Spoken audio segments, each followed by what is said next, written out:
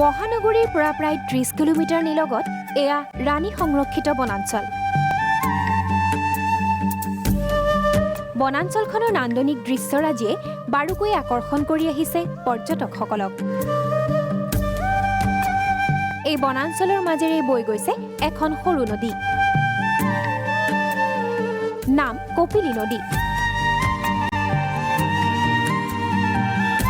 জনবিশ্বাস অনুসৰি বশিষ্ঠ মুনিৰ এজনী গাই আছিল আৰু সেই কামধনুৰ নাম আছিল কপিলী।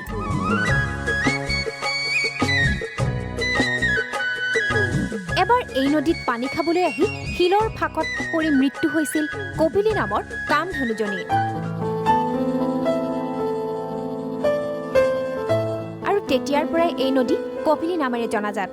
বশিষ্ঠ মুনিৰ কামধেনু গাইজনী তাতে মানে সিফালৰ পৰা আহি তলৰ পৰা পৰি গ'ল, সঁচবিলাকতো দেখিছে বোধ, আৰু তলত পৰি গ'ল, খুলঙত পৰি গ'ল আৰু গুৱাত পৰি গ'ল। বহুত যুগ এইটো আৰু সত্য যুগৰ বুলি ক'ব পাৰি। আৰু আমাৰ স্থানীয় মানুহখিনিয়ে গম পায়, কিন্তু চৰকাৰে ব্যৱস্থা লোৱা নাই নহয় এতিয়ালৈকে। চৰকাৰে ব্যৱস্থা ল'লে তাতে ভাল হেৰি কৰি ল'লে নিশ্চয় অলপ হেৰি হ'ব। কপিলী নদীৰ কাষেৰে পাহাৰৰ ওপৰলৈ প্ৰায় 2 কিলোমিটাৰ উঠি গ'লেই পোৱা যায় এই ঠাই।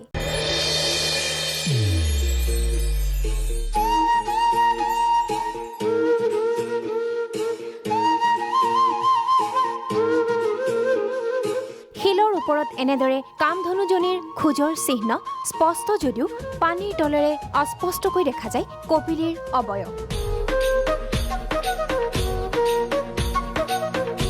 অৱশ্যে পুৰাতত্ব অথবা পৰ্যটন কোনো এটা বিভাগে এই পৰ্যন্ত লোৱা নাই বিশেষ ব্যৱস্থা, যাৰ ফলত পৰ্যটকৰ দৃষ্টি আকৰ্ষণত ব্যৰ্থ হৈছে এই ঐতিহ্যপূৰ্ণ স্থান। ভিডিঅ' জাৰ্নেলিষ্ট প্ৰভাত মাহাতৰ সহযোগত দিব্যজ্যোতি গগৈ ৰিপৰ্ট, প্ৰাগ নিউজ, গুৱাহাটী।